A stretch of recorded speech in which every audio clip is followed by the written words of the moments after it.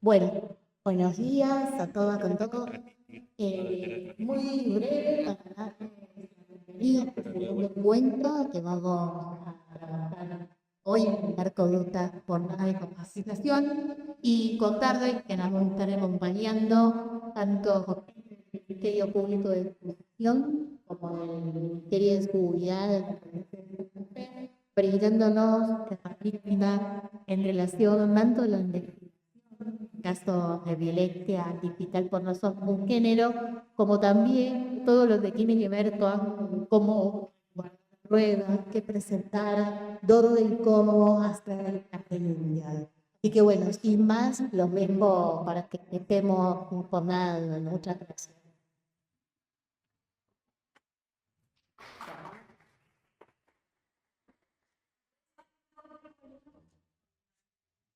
Bueno, pues buenos días a todas las personas presentes, de quienes nos acompañan a través de SIAN.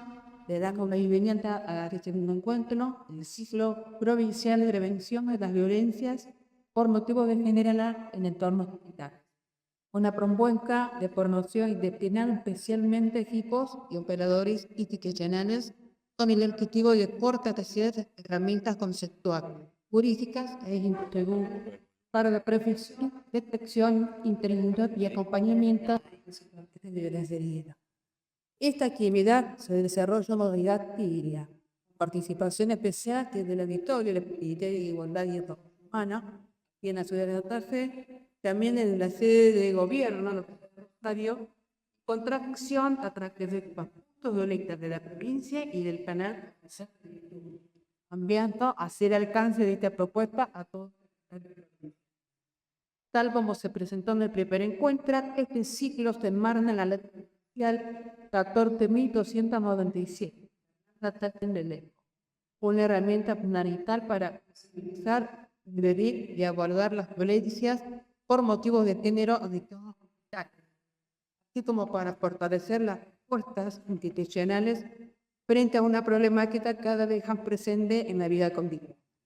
A lo largo de 5 encuentros se abordarán distintos ejes vinculados con la violencia digital desde una perspectiva jurídica, institucional y territorial. Queremos recordarles que tanto para quienes están hablando de la presidencia como para quienes están siguiendo la actividad de forma virtual, pueden enviar comentarios o preguntas a través de un código QR que se va a proyectar en la pantalla. Esa foto va a estar leída al final de las exposiciones y también para dar la asistencia.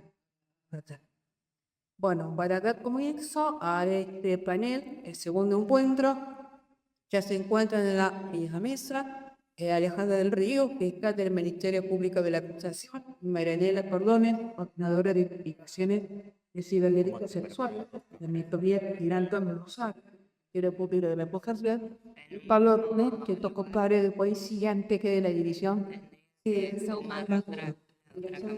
Disciplinar Policía de Guías. Primero, estamos a la que va a estar la primera expositora, coordinaria de instituciones de atención señal, para que y sexuales, especialista en Derecho Procesal Penal, diplomado en ejercicio por y canales de social.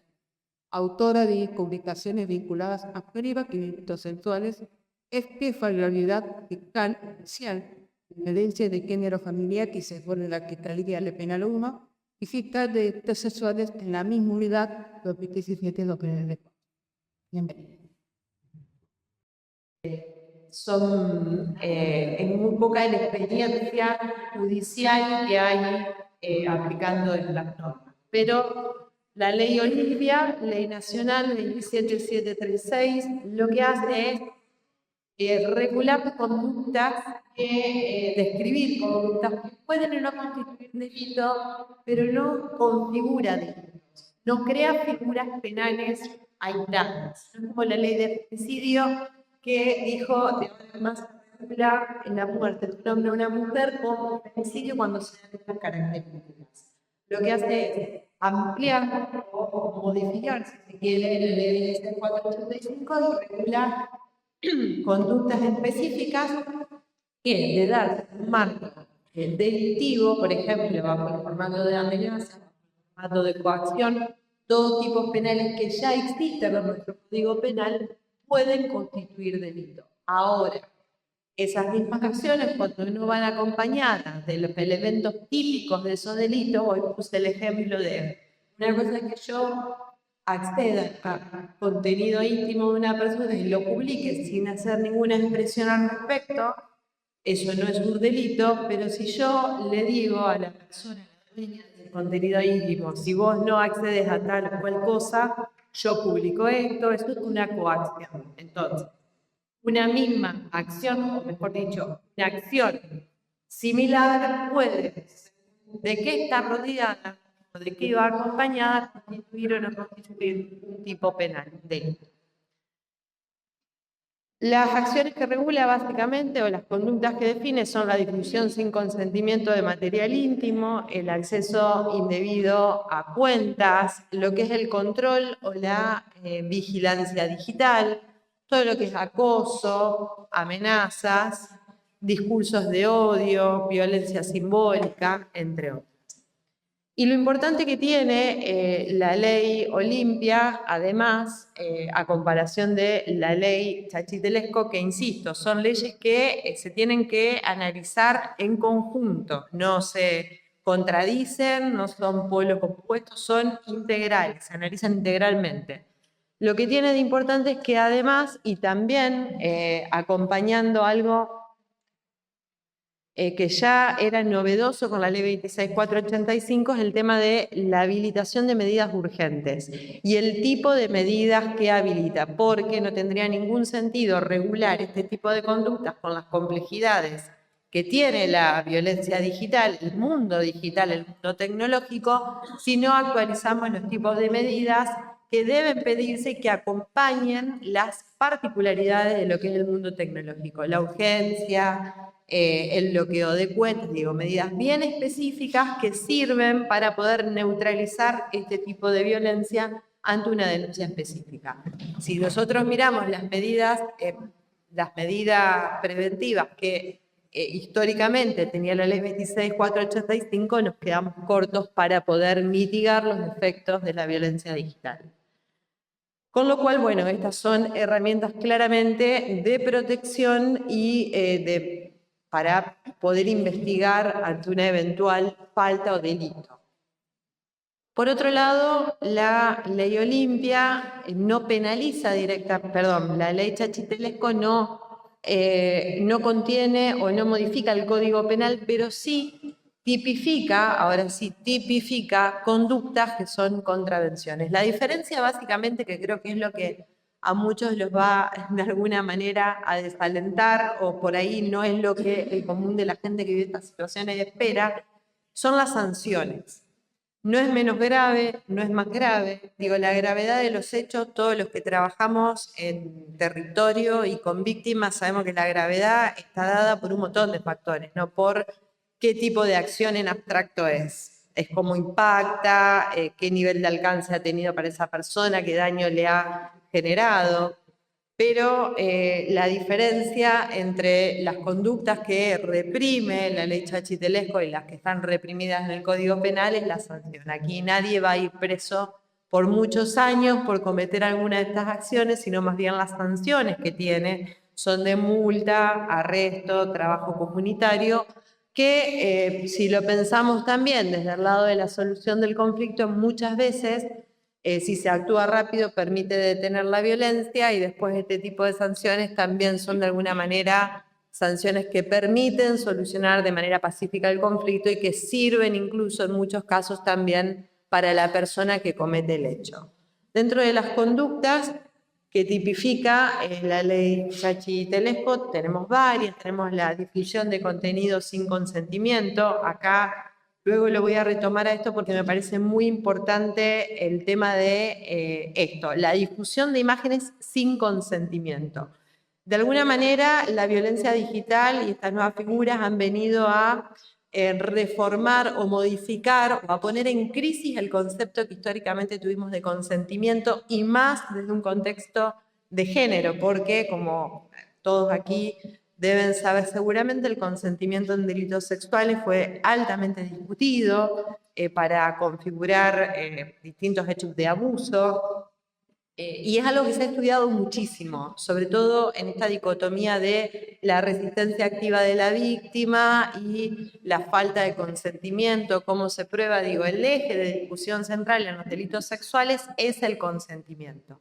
Y lo traigo a colación porque cuando hablamos de difusión de contenido íntimo sin consentimiento, y así de manera explícita, esto no se neutraliza o si la víctima previamente fabricó ese contenido íntimo con consentimiento.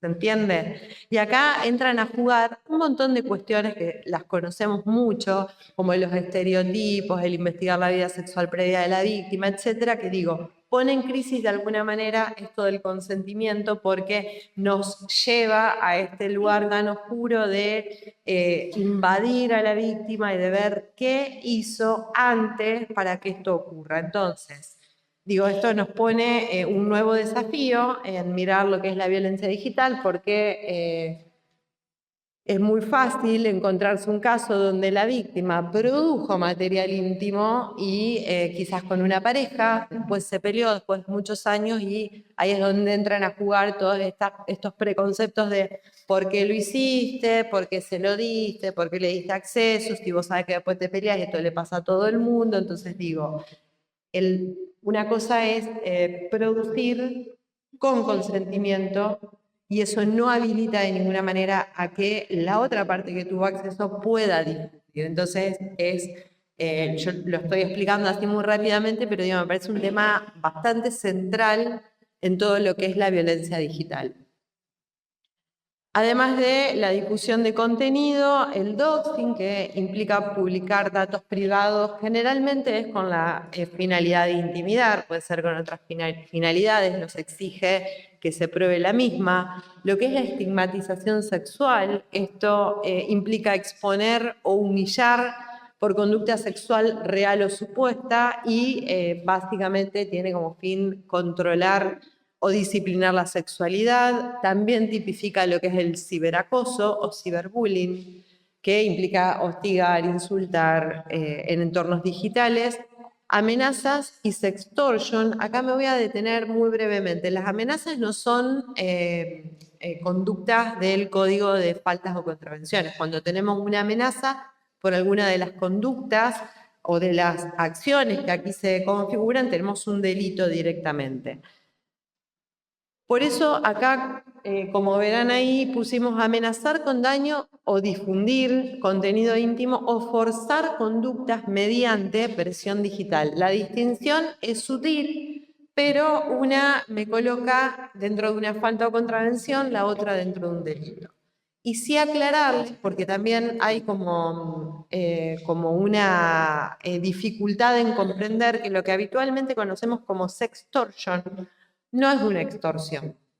La extorsión en el Código Penal exige un ánimo de lucro y generalmente cuando hablamos de sextortion estamos hablando de una coacción. Si vos no me das esto, yo difundo estas imágenes, yo muestro tal video, yo viralizo estos audios tuyos. Eso es una coacción, porque no hay un ánimo de lucro. Distinto es si yo a la persona le exijo dinero a cambio de publicar este material íntimo. En ese caso sí podríamos hablar de una extorsión, que es lo que se denomina sextortion. Pero digo, la del sextortion tiene estas dos modalidades, no se limita exclusivamente al intercambio por dinero. Luego, la cibervigilancia, que esto es bastante nocivo y dañino, porque además después Maya me podrá corregir porque es la experta acá en estas cosas, pero entiendo que la cibervigilancia a veces es un poco más pasiva, si se quiere, o menos visible, no exige tanto. Uno puede estar stalkeando a una persona todo el día y eso ya implica de alguna manera un inicio de ciberacoso, más allá de que después, de cibervigilancia, más allá de que después este control a través de redes, que también es parte de este formato, de esta tipología, se haga más visible o más vincular. Después tenemos el hostigamiento digital, también implica intimidar o molestar mediante medios digitales, y finalmente las agravantes, que es la duplicidad de las sanciones, cuando la persona, la sujeta porque generalmente somos las mujeres, es menor de edad o es una persona en condiciones o situación de vulnerabilidad. Esto a grandes rasgos es lo que trabajan estas dos leyes. Ahora les voy a contar, miro la hora para no extenderme mucho, cómo son estos procesos. Estos procesos tienen una alta dependencia de prueba digital, lo cual es un desafío para todos y todas quienes trabajamos en la justicia, porque poco sabemos de esto, y aquí quienes tengan hijos, adolescentes o preadolescentes, van a entender de lo que hablo, van a ver que sus hijos manejan redes, manejan juegos, manejan plataformas y lo manejan a la perfección, y vienen y nos hablan de el juego del juego aquel, del TikTok y de distintos ambientes digitales que nos quedamos sin entender la mitad de las cosas que dicen. Entonces, imagínense con lo obsoleta que es la justicia, y más la justicia penal, lo lejos que estamos de poder manejar y comprender a la perfección lo que es la prueba digital, lo cual exige, por supuesto, una capacitación constante y urgente. Sobre todo porque la ley Olimpia exige, y esto también informado por los estándares internacionales en la materia, exige un resguardo rápido. La volatilidad es una característica de este tipo de situaciones, de todo lo que es violencia digital, con lo cual si uno no actúa rápido y de manera correcta, puede perder, no solo puede perder, sino que puede perder prueba y perder la posibilidad de evitar que esto se siga reproduciendo, es decir, frenarlo. De ahí está, digo, la gravedad de no actuar de inmediato. Requiere, como lo acabo de decir, medidas urgentes y preventivas. Esto es, por ejemplo, el cese de hostigamiento, la prohibición de contacto digital, la eliminación del material publicado, el bloqueo de cuentas. Todas estas son medidas que contiene la ley Olimpia y que son justamente medidas que deberían solicitarse de manera urgente, solicitarse y expedirse de manera urgente. Esto hago la salvedad porque, por ejemplo, el bloqueo de cuentas tiene toda una problemática para que se pueda llevar a cabo en la práctica, lo cual también es un desafío de cómo pensar los vínculos internacionales para que esto sea inmediato. A veces uno pide el bloqueo de una cuenta y el juez lo ordena y luego nos quedamos ahí a mitad de camino porque esto no se puede ejecutar. Hay problemas de jurisdicción, un poco lo que venía mencionando, está alojado en otros países, los servidores muchas veces son internacionales. También en los procesos corremos el riesgo de la revictimización. Esto es un riesgo que se corre en líneas generales en todos los procesos de violencias de género. Podemos hablar horas de esto, no me voy a detener en este punto. Digo, todos aquí somos conscientes de que la revictimización es mucho más común y habitual en los casos de violencias de género, y en la violencia digital no solo por la reiteración del relato, el acceso a la justicia y las dificultades que existe en torno a las violencias en general, sino porque además hay material íntimo que de reproducirse en el proceso genera un impacto muy fuerte, muy terrible para la víctima. Entonces también digo esto para pensar cómo trabajamos el material que necesariamente tenemos que tener en un legajo, que le tenemos que dar acceso a la defensa, un material que ya se estuvo difundiendo, que estamos pidiendo que no se siga difundiendo, que se bloquee la cuenta, etcétera, etcétera, y después lo tenemos que poner en el legajo. Entonces esto también nos lleva a pensar cómo trabajar con esa evidencia para evitar la revictimización.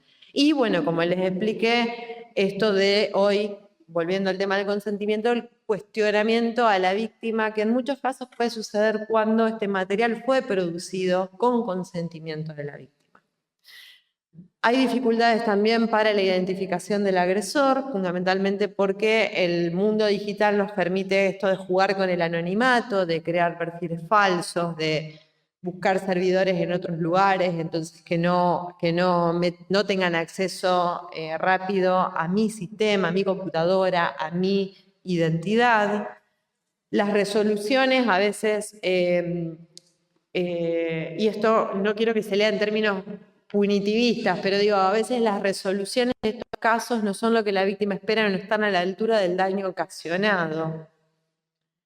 Entonces, digo, un poco el proceso también, como lo informé hoy, pedí algunos datos en el sistema del MBA, tómenlos con pinzas porque los datos de un sistema informático dependen de la carga, la correcta carga, de las valoraciones que sean correctas, de cómo después uno pide la información. Pero a grandes rasgos, con los criterios difusión no consentida, artículo 128, que esto sí es un delito, es MASI, o delitos relacionados con la explotación sexual de NNIA en Internet, del periodo 1 de enero de 2025 al 1 de mayo de 2026 se registraron en la provincia 900 casos. Seguramente hay muchos más, tómenlo con pinzas, los errores en la carga, en los criterios de búsqueda, los criterios del pedido que hago yo incluso, y esto es información no depurada, pero bueno, es un número probablemente mayor del que estamos hablando. Y otra de las dificultades es que la poca, y esto quiero que se entienda correctamente, no estoy minimizando estos hechos, pero digo, la poca entidad que tiene en el marco del sistema penal este tipo de conductas, y hablo de entidad en términos de pena, de proceso, no de afectación a la víctima, hace que muchas veces no sean casos que se trabajen de manera aislada, como si, por ejemplo, un femicidio o una violación. Entonces hay muchos casos que se trabajan activamente y se llevan a instancias judiciales con resoluciones de sentencias, digamos, ya sea de sanciones del Código de Faltas o de penas concretas cuando se unifican con otros hechos. Por ejemplo, el caso típico de la víctima de violencia de género que durante años fue víctima de maltrato físico, que encontramos en el caso, encontramos lesiones leves dolosas calificadas, encontramos amenaza y además como el broche que cierra toda la relación de violencia, no sé, una difusión de imágenes íntimas. Entonces esa difusión de imágenes íntimas no es trabajada sino es en el conjunto, la condena va a ser por los tres hechos, no solo por esto. Esas son más o menos las dificultades que existen en torno a los casos prácticos. Y muy breve, me parece muy interesante algunos conceptos que hay que tener en cuenta para entender la violencia digital. En primer lugar, lo virtual es real, esto ya lo he mencionado varias veces y hablo puntualmente de las consecuencias. Nosotros en el sistema penal estamos acostumbrados a las consecuencias físicas o psicológicas. Acá tenemos consecuencias psicológicas, sociales y económicas reales. Y las sociales son muy importantes porque de alguna manera nos permiten reconfigurar la noción y el concepto de daño.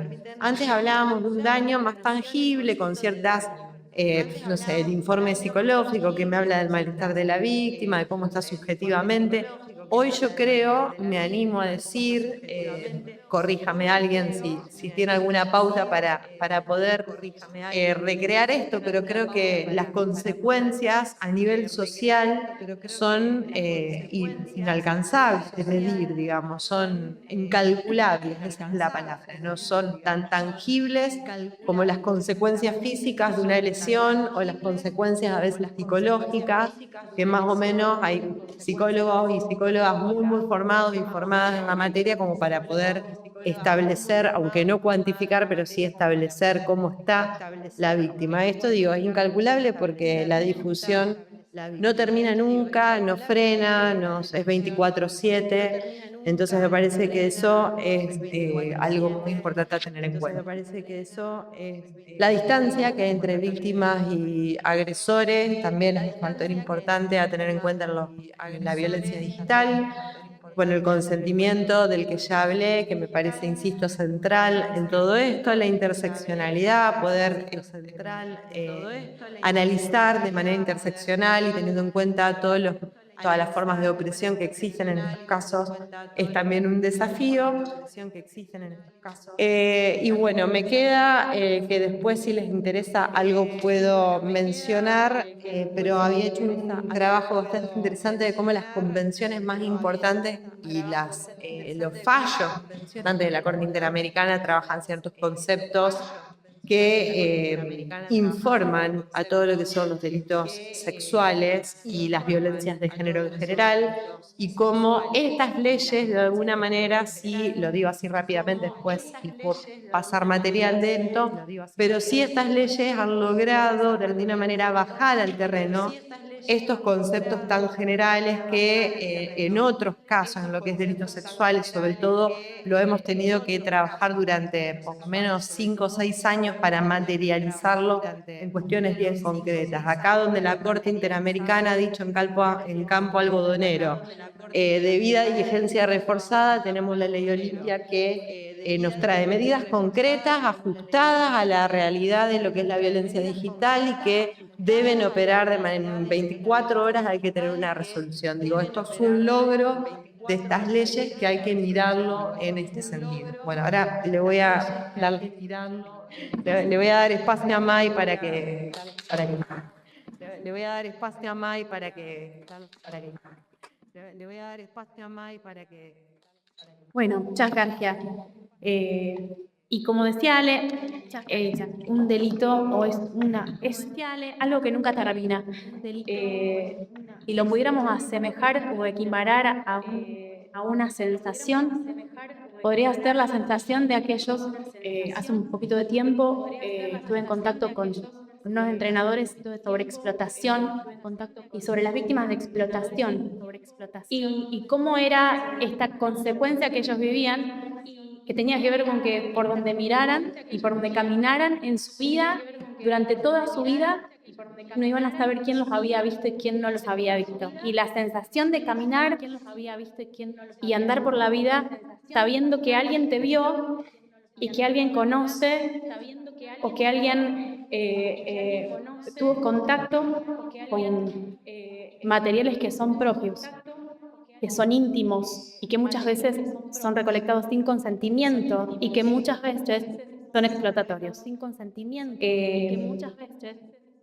Realmente me gustaría charlar sobre algunas herramientas que nosotros podemos tener en términos prácticos como operadores que estamos acompañando a personas víctimas. Me gusta decir personas víctimas para no olvidarme con personas víctimas, porque a veces trabajamos casos de personas muy grandes, de casos como de muy grandes, al que 900 casos la provincia, que a veces no terminan de estar en 900 completamente documentados. Esa es la cifra del sistema y nosotros por ahí en Fiscalía tenemos la proyección para este año de más de 1.200 casos de Fiscalía de Rosario en el área de explotación y Irumi, que está íntimamente relacionado todo lo que tiene que ver con violencia digital contra mujeres, niñas y adultas.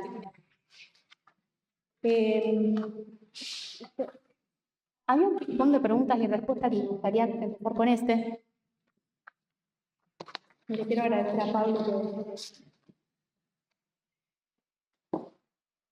Bueno, este ping-pong son algunas preguntas que nos hicieron llegar, que nos parecieron muy interesantes de poder responderlas inicialmente y después sí desarrollar algunas otras cositas como herramientas para poder ayudar y acompañar a las personas víctimas. En primer lugar, la primera pregunta que nos hacían era ¿dónde y cómo efectuar una denuncia penal ante situaciones de violencia digital?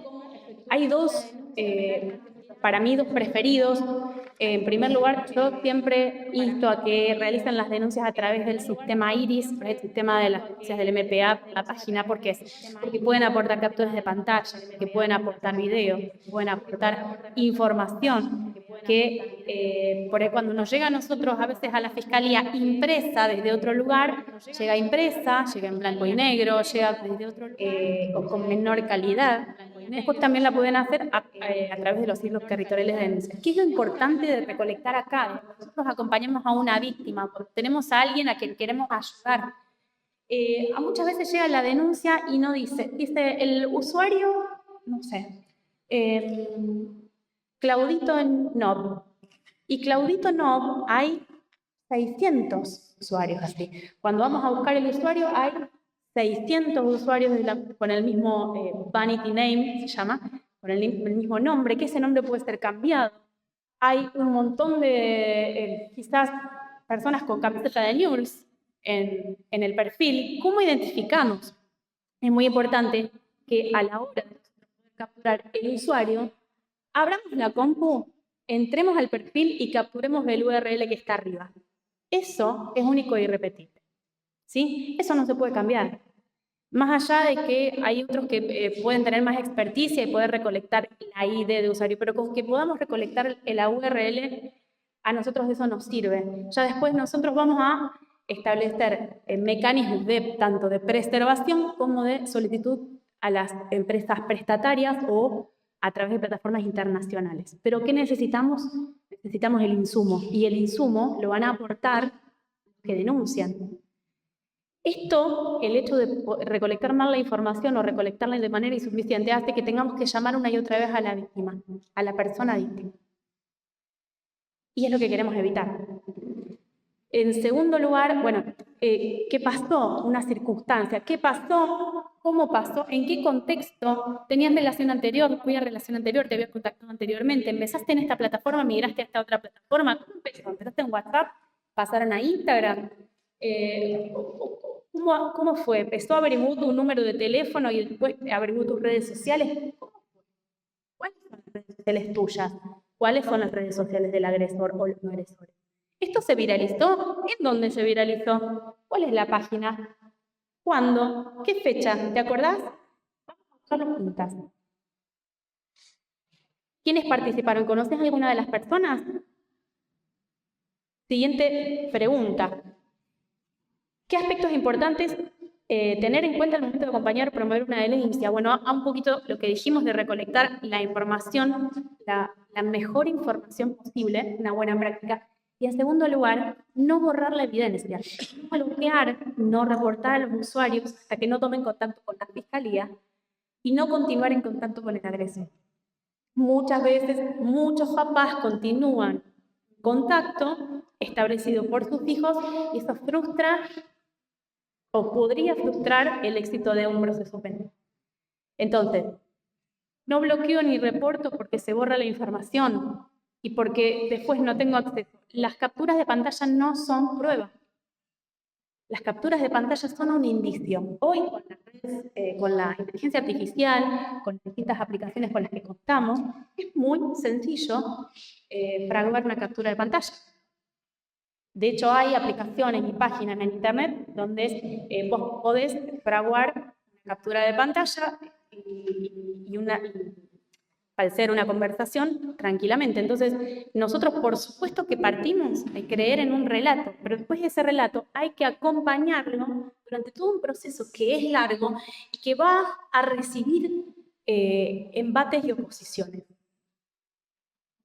Entonces, es muy importante no borrar la información.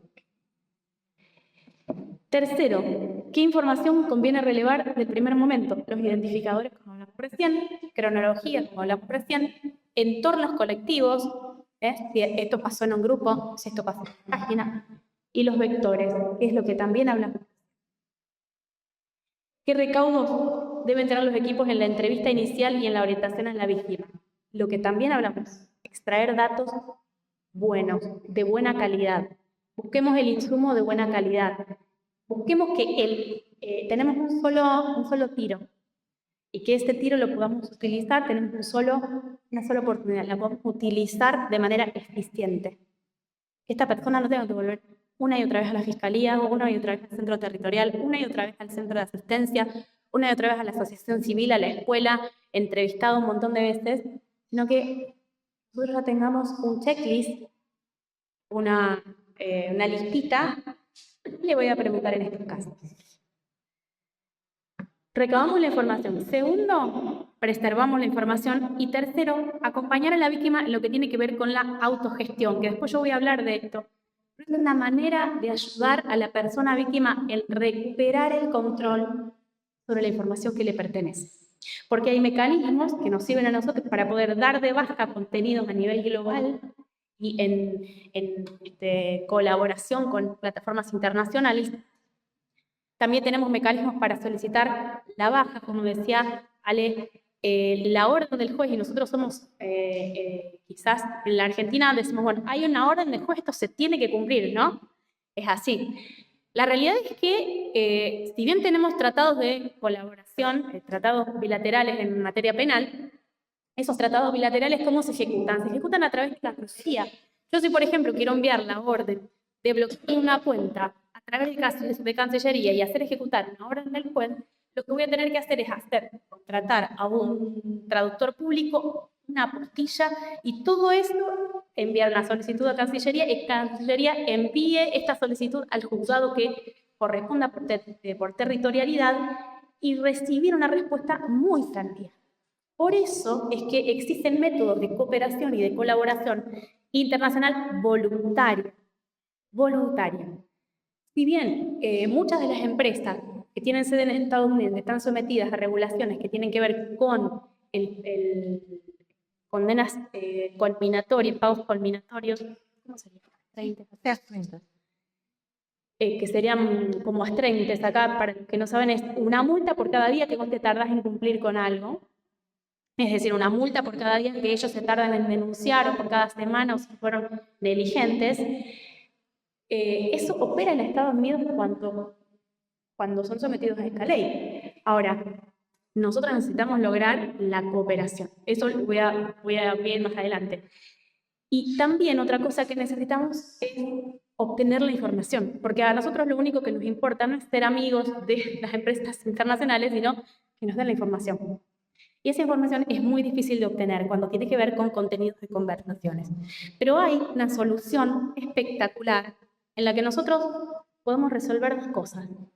Primero, la falta de información. Y segundo, esta sensación que tiene la persona víctima de no tener control sobre lo que le pasa, sobre lo que le pasó, sobre su información y sobre todo lo que tiene que ver con este aspecto íntimo.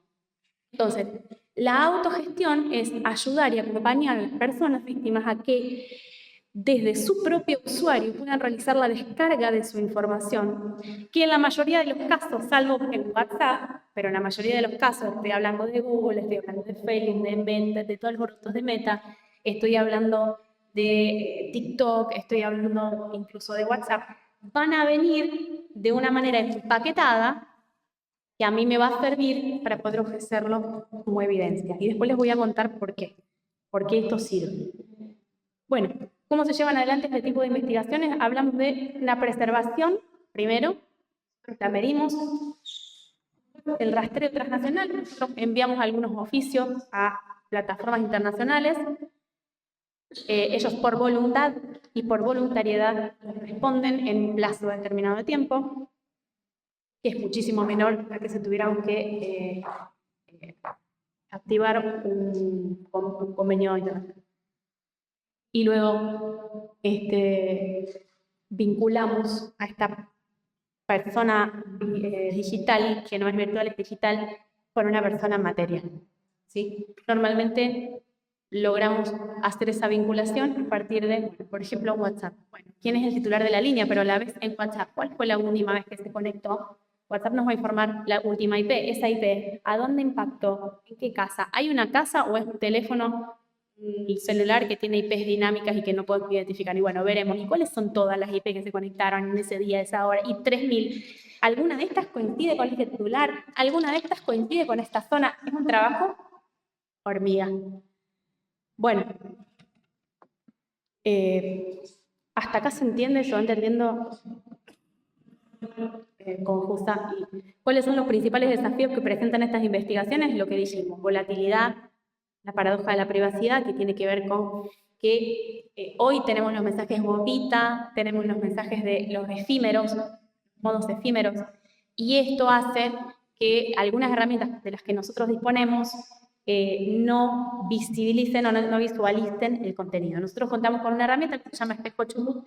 Es una herramienta que construyó, vamos a decir, infraestructura de informática del Ministerio Público Fiscal de la provincia de Chubut, y lo que hace es, vos enchufás el teléfono a una computadora, este programa va a leer, va a ver exactamente lo que se proyecta en el teléfono, proyecta en la pantalla, y eso lo va a grabar.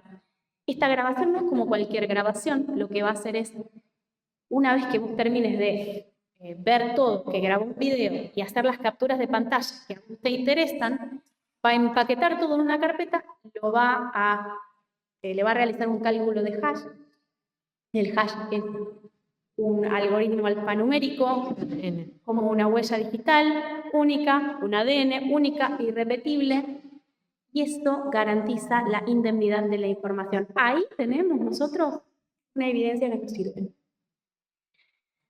Y estos no, los de una sola vez no los abre. Los de una sola vez no los abre. Espejo Chubut, por ejemplo, claro, me fui por las ramas. No, pero... Espejo Chubut no abre los efímeros y, por ejemplo, no la privacidad del contacto de WhatsApp. Vieron que ahora tiene privacidad, de privacidad, eso tampoco lo ves.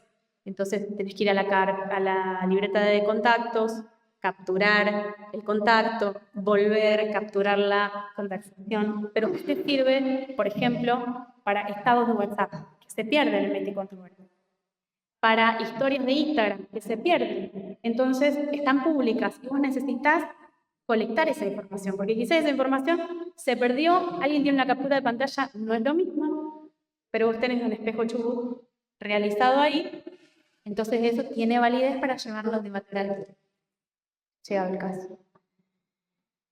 ¿Qué dificultades o tiempos institucionales suelen presentarse? Bueno, hay bastante sobrecarga, yo como les comentaba, y Pablo también lo puede decir, en estos días hubieron 100 denuncias por día. Sí, en realidad respecto de TikTok o bueno, de diferentes redes sociales, después de Estado Público en toda Argentina, las amenazas en las escuelas, bueno, fue a través de varios desafíos, se viralizaron, se crearon muchísimos grupos.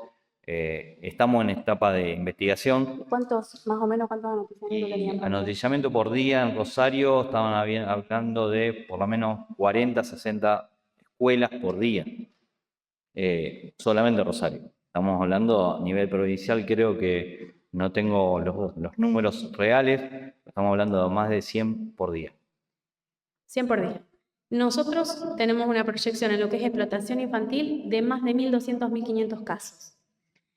Es decir, que hay sobrecarga en el sistema judicial.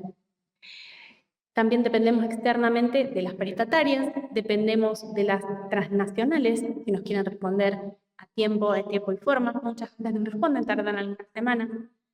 Y por último, también una de las dificultades es la que mencionaba. Llegamos a el caso sin información. Y cuando vamos a la víctima ya no se acuerda, ya borró, ya no recuerda que el usuario ya no está más. Por más que ella lo recuerde, el usuario ya no se encuentra más activo, no podemos recabar información. Y ahí tenemos un punto muerto del cual es difícil poder volver. Les quería proporcionar algunas herramientas a partir del cuerpo. Esa, Pero no cuarto. No. La cuarta. Bueno, como ya habló Ale, hay distintas contravenciones digitales específicas. Hablamos sobre la volatilidad y lo que es un hash.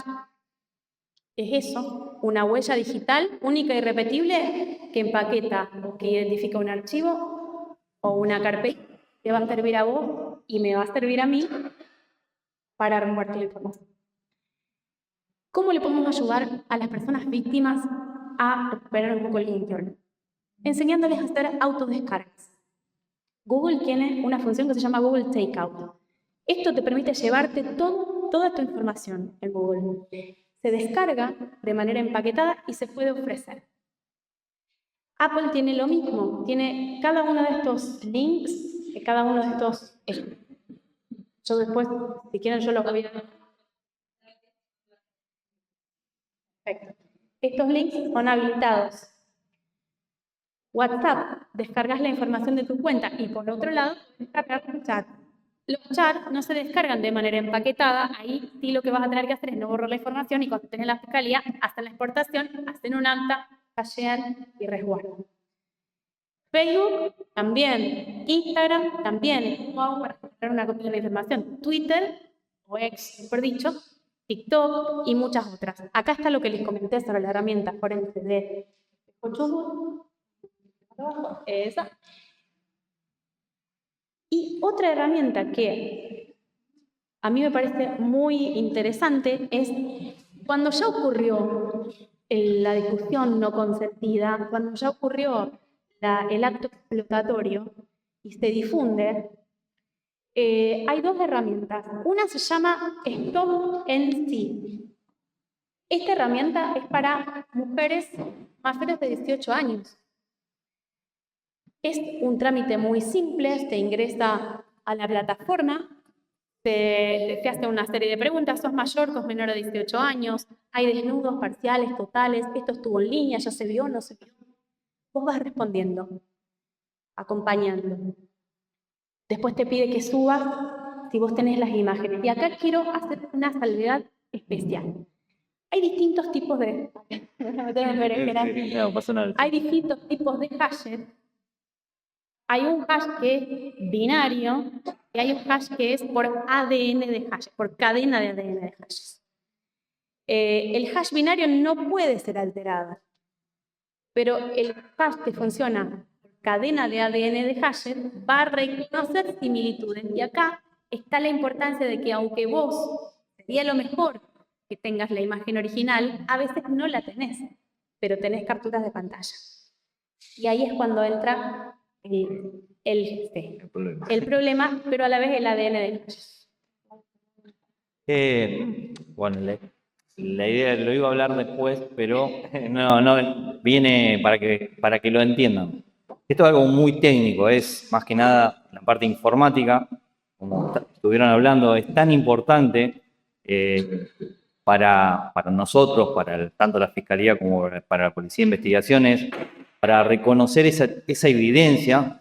No es lo mismo agarrar un teléfono celular o un ladrillo o una computadora o un material que sea visible, tangible, a lo que yo le llamo en la escuela a los chicos, cuando le doy clases en informáticas, que es tangible, es lo que se llama hardware con terminologías que lo puedan llegar a comprender. Pero nosotros lo que necesitamos es la información, lo que es digital. Entonces lo digital, como lo que todos conocen o todos lo pueden ver a través de una pantalla, para nosotros en informática y lo que podemos llevar al proceso de identidad digital, necesitamos reconocer que la computadora, tanto el hardware, de la única forma va a conocer que es el sistema binario. Ahí es, quiero ser muy técnico, pero es lo que maneja. La computadora es esto, que se maneja por internet, es sistema binario. Todo es 0 y 1. ¿Qué quiero decir? A través del 0 y 1, que es lo que comprende la informática, nosotros, en la parte técnica, tenemos que traducirlo. Y para darle la identidad, nosotros tenemos como persona, somos personas, tenemos un sexo, tenemos una orientación, tenemos un padre con una madre, tenemos un ADN, una cadena, pero nosotros, cuando nacemos en Argentina, nos dan una identidad, ¿cierto? Ahí nos dan ese DNI, ya tenemos esa identidad, más allá de todos los contextos que los llamemos. Entonces, en la informática, nosotros, la única forma de darle identidad es a través de un hash. Esa es la identidad, es la huella digital que va quedando.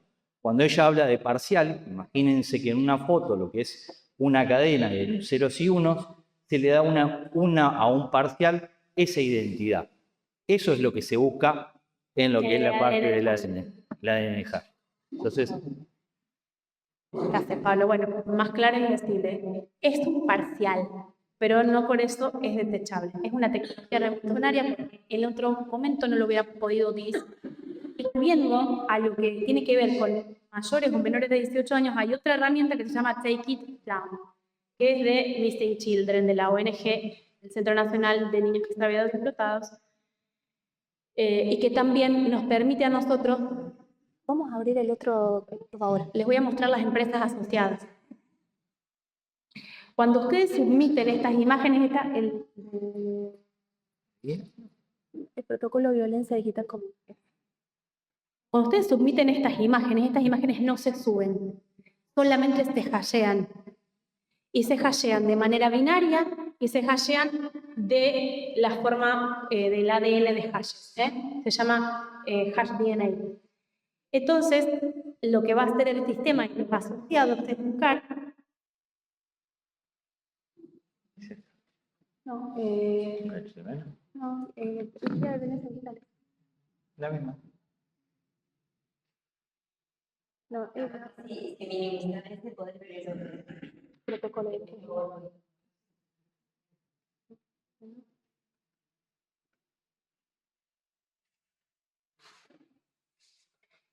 y con esto ya termino. creo que Sí. Al final. ¿Era el mismo? El mismo. Ah, Por eso. claro, como yo tenía para ver las empresas asociadas, no son como las empresas asociadas son Meta, son OnlyFans, son Pornhub, son Xvideos, o sea, muchas empresas que tienen publicaciones de materiales de pornografía están asociadas a estas plataformas. StopLC, StopLC y Take It Down, Reddit. Entonces, cuando ustedes suban estas imágenes acompañando a las personas víctimas, todas estas plataformas también las van a captar y esto se va a dar de baja a nivel global. Esto es independiente de la preservación que se realiza. Bueno, yo termino.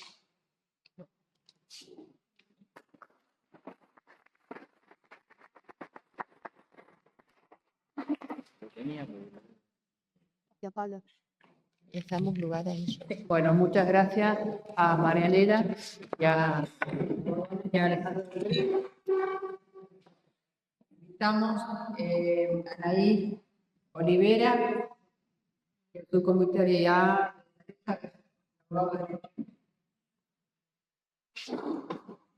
Hablo pesado.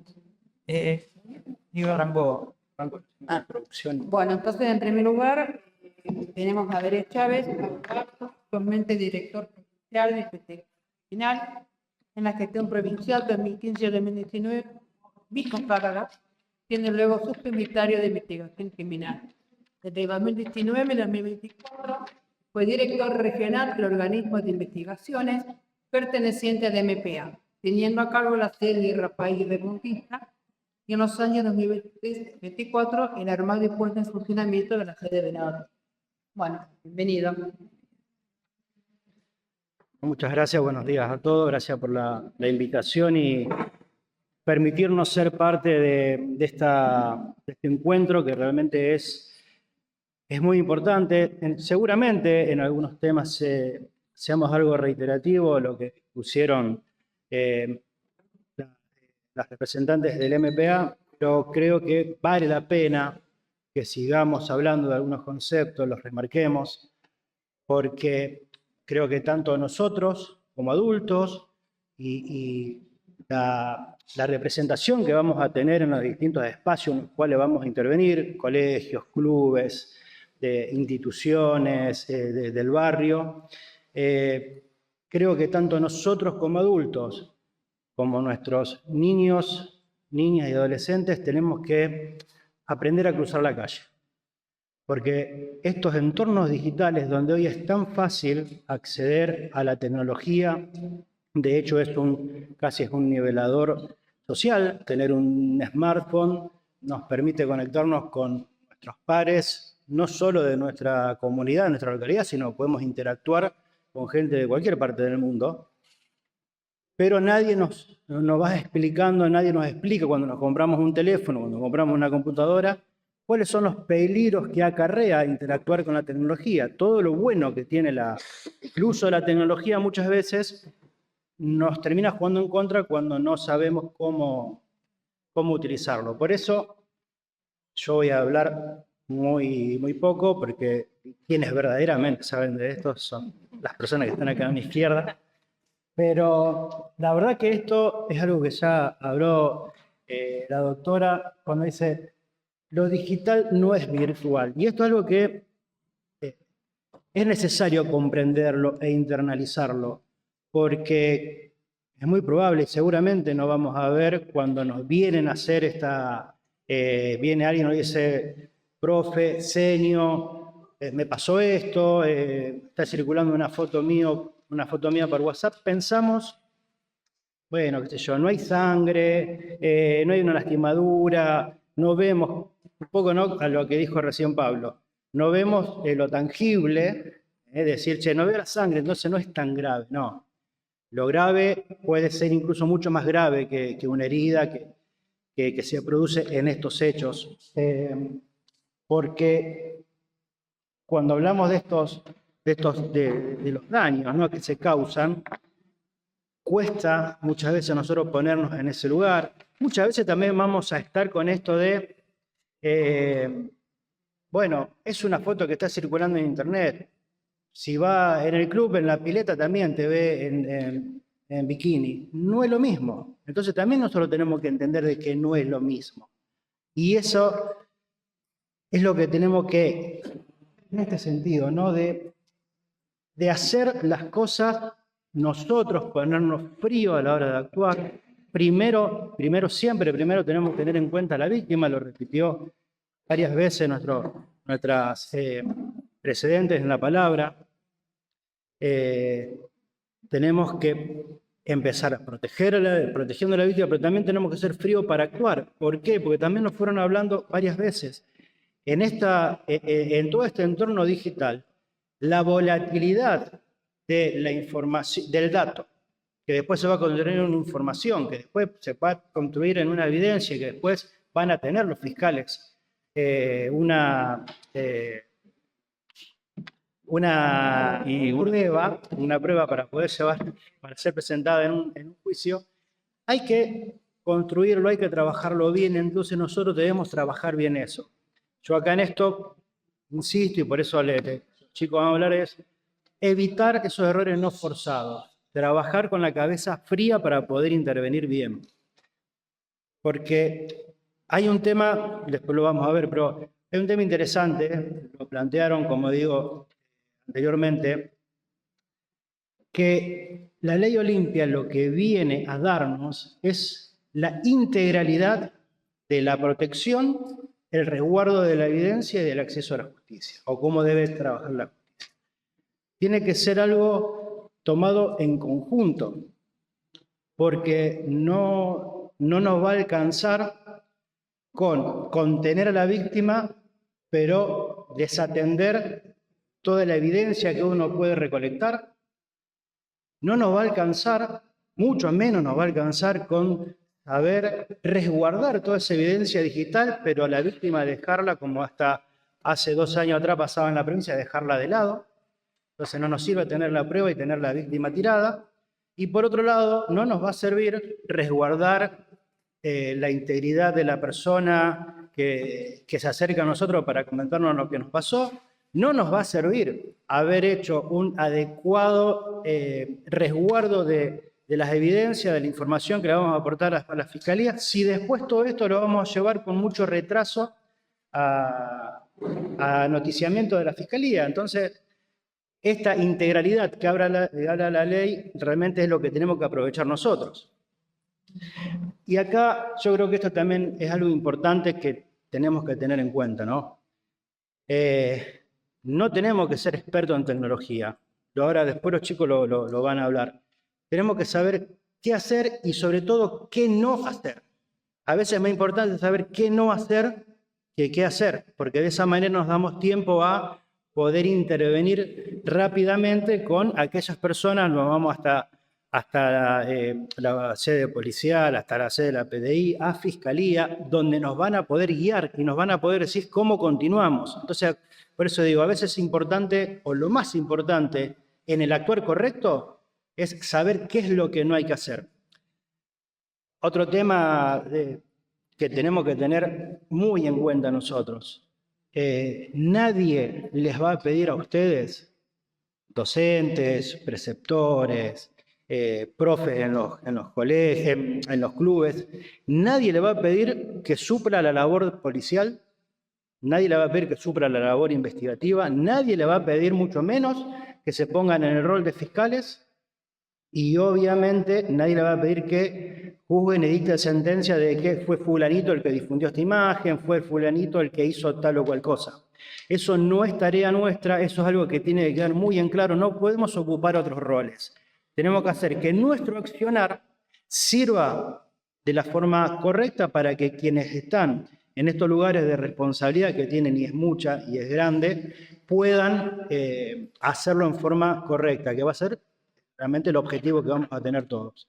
Bueno, por último, ya para terminar lo que es mi exposición, porque de verdad quiero que aprovechen a ellos que son los que saben, tengamos en cuenta esto, ya se repitió, todos los entornos digitales, la violencia que se transmite a través de la virtualidad es efímera, el daño es grande, puede ser un daño durable en el tiempo, aunque esa imagen, esa información, eso que se cuenta, dure a veces mucho menos de 24 horas, como lo explicaron, a veces un mensaje, es una foto que se abre, se ve una sola vez y luego se elimina, pero puede generar un daño muy grande eso.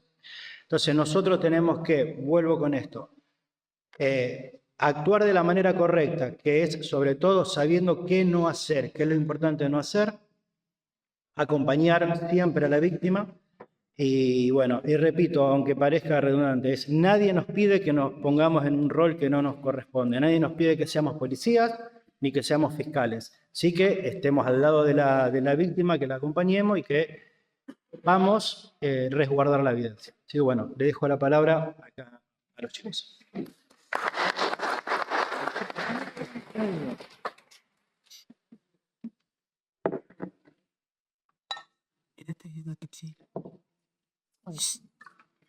Bueno, gracias Darío.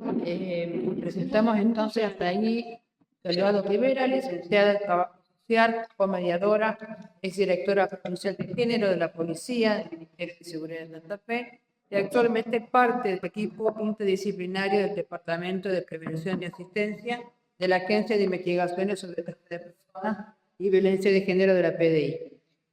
Y el subcomisario Pablo Martín Bruno, posteriormente, cumpliendo la función de jefe de la División Cibercrimen Zona Sur, dependiente de la DICET PDI, y es analista de sistemas de computación, diplomado en pericias policiales, además de docente en el ISEP y en escuelas secundarias. Adelante, Brian. Buenos días, gracias por la presentación. Yo necesito agregar también, soy personal policial, tengo una formación en la carrera policial, subinspector de policía. Como decía, bueno, soy parte de esta agencia de investigación sobre trata de personas y violencia de género, perteneciente a la Policía de Investigaciones. ¿Quiénes somos? ¿Qué hace la agencia, no? Nuestra tarea básicamente es investigar la trata de personas y los delitos conexos.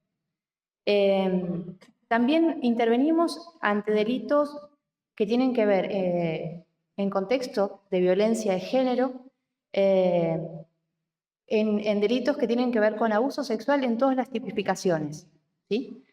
Ese más o menos es el marco y les estoy contando desde dónde les hablo, ¿no? Soy Anaí, soy trabajadora social, soy personal policial, soy mujer, madre, ¿sí? El desde dónde. Bien, eso más o menos era lo que les comentaba recién. Contar también sobre el costo invisible del delito digital, que más o menos es lo que se viene repitiendo acá. Porque para investigar no solo hace falta conocer la tecnología, saber sobre el desarrollo de plataformas y las medidas de seguridad, sino también poder entender qué le está pasando a la persona que que llega a denunciar, que a veces llega con la simple necesidad de una consulta, entre comillas, que no puede comprender que el grooming es un delito, que no fue una broma de un adulto, que tu imagen no le pertenece a alguien más. Necesitamos comprender también y quizás desarmar ese sentimiento de culpa con el que llega una persona víctima, como decían antes, ¿no? Porque llegan con ese sentimiento de yo fui culpable porque soy culpable, porque le pasé la imagen, este material yo se lo proveo para que haga con él lo que quiera, ¿no? Necesitamos entender que fue víctima de un engaño sistemático. Desarmar esta culpa está en nuestras manos también como investigadores. ¿Para qué? Para que después podamos generar material probatorio que sirva en una causa, que podamos generar un relato que tenga valor y coherencia. Entonces, nuestras intervenciones se dan desde ahí, desde el lado humano también. Siempre decimos, no todo se ve en una captura de pantalla. Llegamos con una denuncia y queremos capturar lo que pasó. Tenemos que leer el contexto.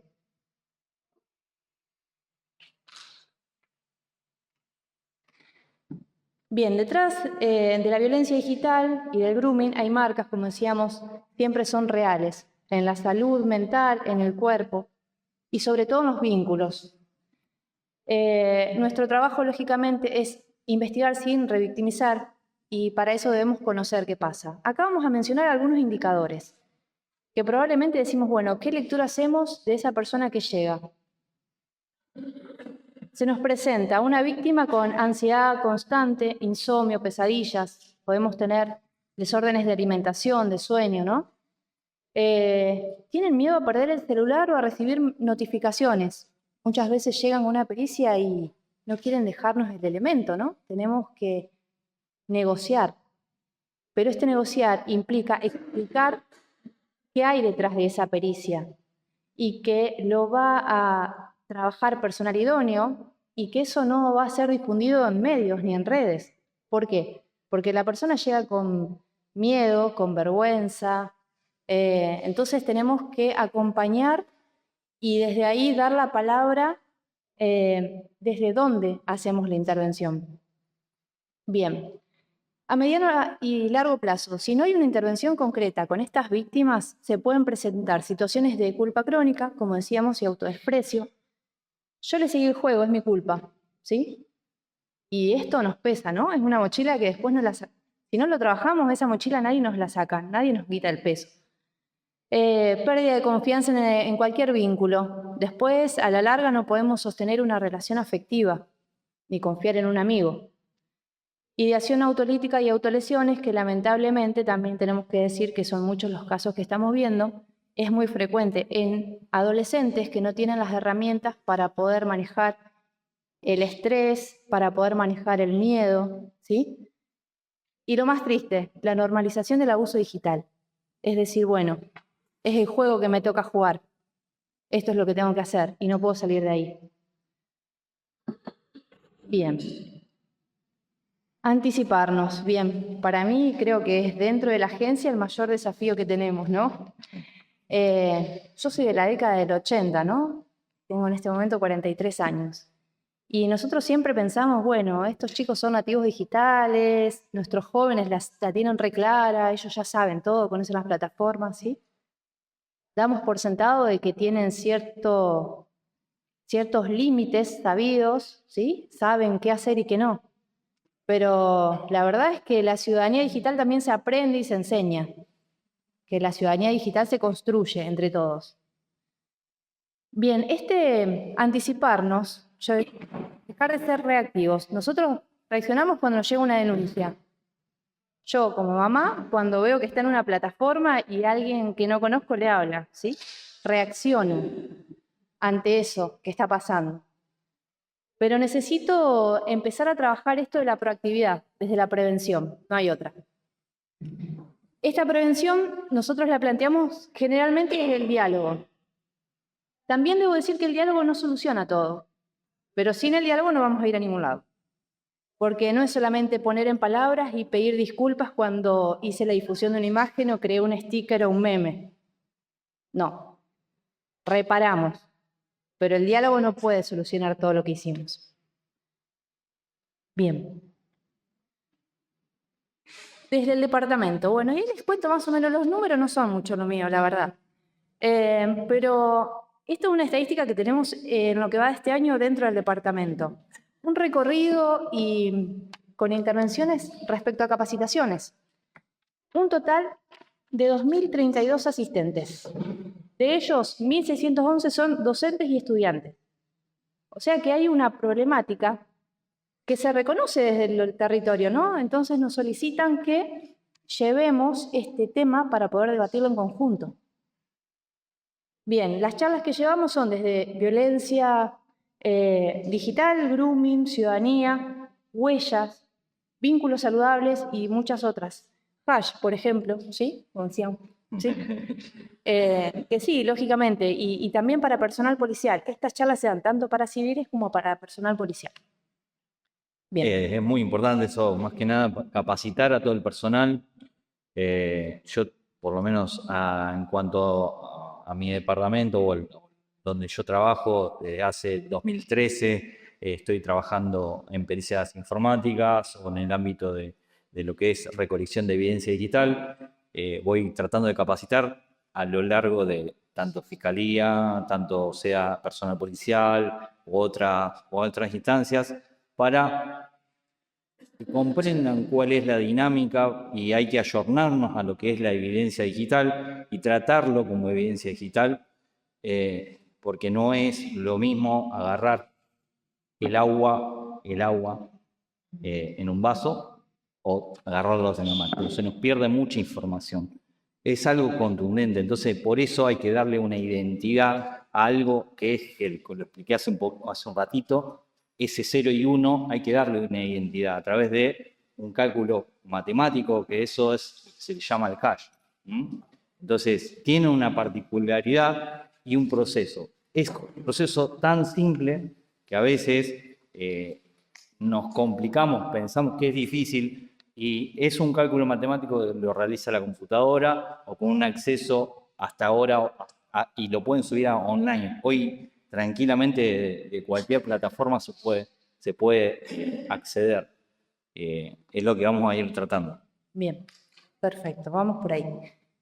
Lógicamente, y los números no son lo mío, ¿sí? Así que ahí vamos al otro lado. Pero sí, dentro de estos números fríos, detrás de esos números y de esas pericias, están las personas, ¿sí? Bien.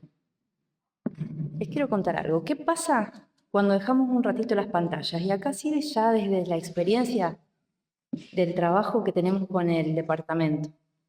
Cuando nosotros llegamos a cualquier lugar, por ejemplo, una escuela, les proponemos a quienes nos estén escuchando sentir, pensar y hablar, en ese orden.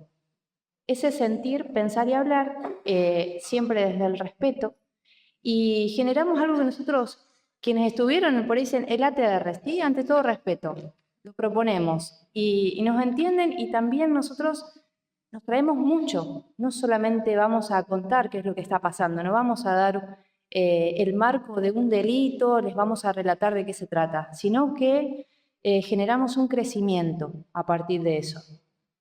Y acá les quiero mostrar, a ver, si pueden ver, es una partecita pequeña de una escuela, un trabajo que hicimos en una escuela, a ver. ¿Tiene sonido?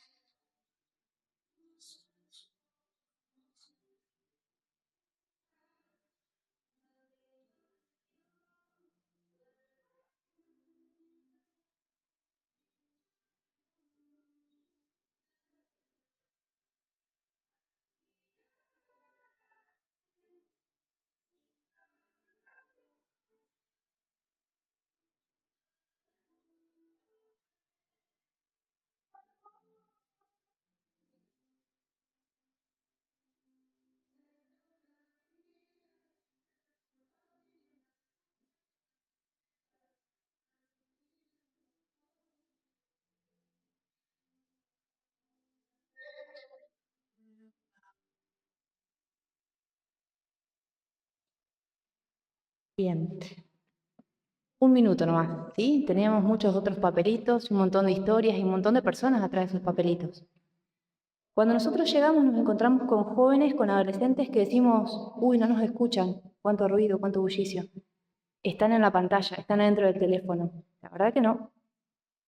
Hay una vida que les está transcurriendo y que nosotros somos parte de ella y que a veces ignoramos.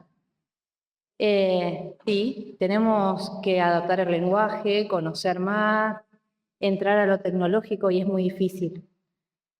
Pero bueno, nosotros venimos a proponer eso, ¿no? No hay algoritmo que reemplace una mirada de amor o una palabra de cuidado.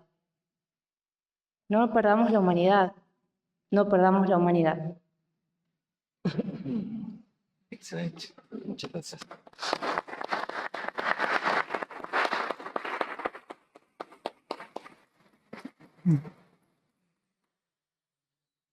Bueno, creo que ya están dijeron muchas palabras, se tocaron muchos temas. Desde mi ámbito, mi experticia, quiero compartir, ya hablaron, Maya me conoce mucho, ya hemos trabajado mucho tiempo con personal de trata a través de los años, he trabajado muchos años. Esta es una problemática que viene creciendo exponencialmente a través de fue la pandemia, con un crecimiento exponencial, la realidad nos superó. Debemos comprender la dinámica, perdón a veces porque es un tema sensible. Perdón. He trabajado en causas, Maya lo sabe, golpean a la vida, son situaciones que nosotros estamos detrás de la escena, somos acompañando a la víctima y es difícil para uno, porque nosotros vemos el delito crudo. Por eso es necesario que los primeros interventores entiendan cuál es la dinámica para que nosotros podamos preservar esta información. En su momento nosotros lo hemos trabajado, lo que era muy a la vista, lo que hoy se conocen, lo que uno ve en la pantalla. A nosotros nos funcionaría excelente que la primera intervención que se realice, ese cálculo hash, que a veces lo ven como un número, como ese dato, para nosotros, el que lo analiza, es importantísimo. Porque no tenemos que ver o ver lo que pasó ahí esa víctima. Entonces, nosotros estamos constantemente y cotidianamente viendo eso. Y es difícil. Imagínense que ustedes están viendo un número, una cifra de 1000 víctimas. Nosotros estamos viéndolo constantemente. A través de... Es difícil. Entonces, como cuesta también analizar y también darle la celeridad y adecuado trato a la información, por eso es necesario que se pueda obtener esa información, ese URL, así sea chiquito, pequeño, pero a nosotros nos sirve un montón. Ese URL, nosotros ya de por sí, ya lo podemos cargar cuando lo cargue en el sistema Heimdall, cuando lo tome un sumariante o cuando lo tome un personal del centro de denuncias, o cuando haya un preceptor, o cuando haya un docente, que sepa identificar lo que es un URL. No es mucho, yo sé que no es mucho, pero es algo básico, es algo tan básico que lo comprendemos todos, lo manipulamos constantemente a la información. Eso quiero que lo entiendan, y a veces, si lo entendemos nosotros o el que tenemos al lado no lo entiende, es preferible levantar la mano y decir, no lo sé, prefiero aprenderlo. Entonces, el boca a boca, vamos aprendiendo. Esto es una dinámica que va creciendo. Entonces, como sociedad, lo estamos compartiendo y este espacio hay que gracias a todo el mundo por ese granito o ese granito de arena que están poniendo cada uno de ustedes a la hora de escucharnos, de comprender, aunque sean los conceptos básicos. No digo que sepan todo lo que sea la parte legal, la parte policial, aunque sea lo básico que estamos hablando, que es tan importante para el MPA como para la Policía de Investigaciones. Porque el primer engranaje que ustedes mueven, o ese pequeño URL, o ese, no, ojalá fuese un ID, pero URL, o esa pequeña información, de dónde lo sacaron, cómo fue compartido, de dónde viene, esas pequeñas preguntas también ayudan, colaboran un montón a la hora de trabajar. Porque a la hora de procesarle esa pequeña información, nosotros vamos atando conjeturas por otros lados. Por eso quería hacer un poquito más amplio en la hora de que identifiquen el URL, que para nosotros es importantísimo, que sepan las plataformas. Ustedes conocen lo que es el manejo del celular, los familiares que tengan a su lado y no conozcan, también enseñarle cómo se exporta un archivo. Creo que están constantemente viviéndolo y lo naturalizamos, pero a la hora de ver, estamos que en este proceso legal nos asustamos, pero como lo dijeron todos los participantes anteriores, es algo tan simple y cotidiano que lo hacemos, que en el momento de la presión que sufrimos en ese momento, no lo notamos. Pero es cuestión de, hoy tienen ChatGPT o cualquier otra inteligencia artificial, los va a ayudar o los va a guiar. Si no se acuerdan de estas guías que se les va a pasar, creo que son necesarias para la vida cotidiana, y transmitírsela a mucha gente porque no quieren transmitir o están sufriendo alguna víctima o son víctimas de algún delito digital, donde pueden subir estas plataformas tranquilamente.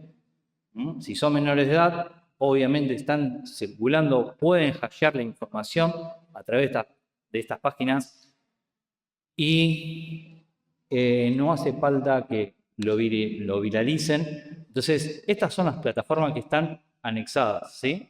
Que lo que había comentado Maya, tienen Facebook, Instagram, OnlyFans, Pornhub, TikTok. Esto es para menores de edad.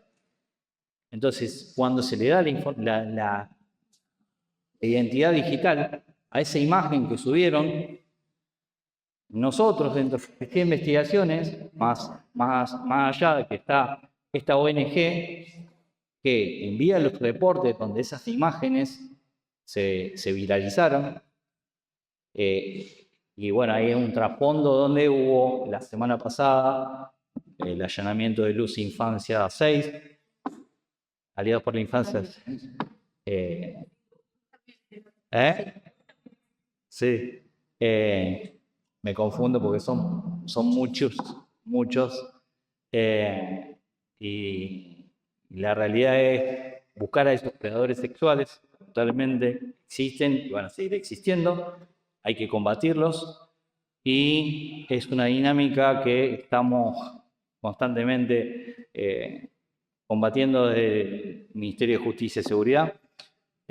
Por eso lo que recalcamos más de la instancia de la Policía de Investigaciones es que se tomen ese segundito de preservar esta identidad o ese granito de URL. Lo reitero muchas veces para que les quede, lo transmitan y cualquier pregunta lo envíen. Bueno, y esta es para mayores de edad. Cualquier cosa, si no quieren hacer una denuncia, pero sí sería importante que lo denuncien y lo reporten, porque hay bases de datos internacionales donde se pueden dar de bajas esas imágenes y se puede perseguir ese delito. ¿No? Bueno, después hay recomendaciones, la de WhatsApp, que es importantísimo para todos, aunque sea una exportación del chat, el chat de WhatsApp o la conversación que les interesa. ¿No? No quiero dar toda la diapositiva porque es muy larga, pero me interesaría que por lo menos sepan exportar la conversación. Es algo tan fácil y tan sencillo que se los envío, cualquier cosa, para que lo tengan ustedes, así pueden exportarlo. Bueno, esto es lo que quiero recalcar, que a nosotros dentro del Departamento de Cibercrimen nos está sucediendo y es un flagelo que lo toman diferentes tipos de delitos, lo que es el robo de identidad digital. El robo de identidad digital es muy utilizado y más para estos tipos de delitos, donde utilizan seudónimos y es el principio de esta dinámica que utilizan como para captar menores, compartir información para utilizar sextorsión, lo que está sucediendo con el tema de las amenazas escolares, creaciones de grupos, se utilizan mucho se crean muchos perfiles para creación de grupos, que es lo que estaba diciendo antes, el tema de las amenazas. Hay un contexto internacional que captan números de teléfonos, para que lo tengan presente.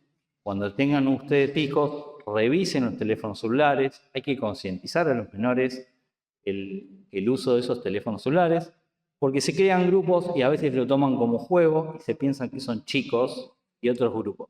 Dentro de esos hay mayores de edad, donde hay organizaciones internacionales y le copian los números a sus hijos y pueden contactarlos a través de diferentes perfiles.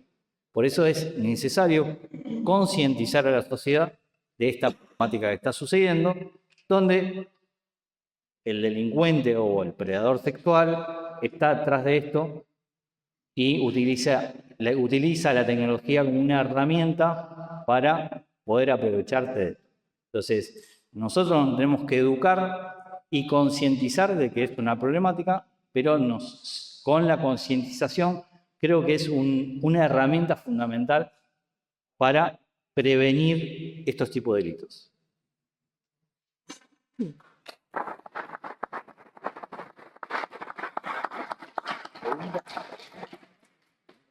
Estamos otra hora, sí.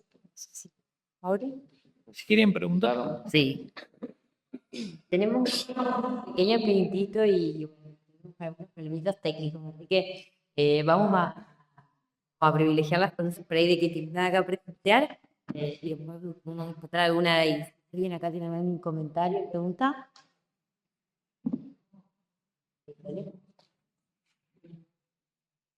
Hola, buen día. Preguntar.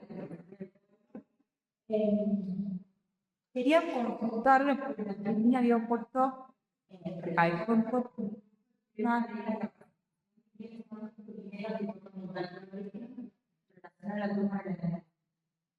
nosotros pasamos más o menos parejo de esto de que si hay algo con el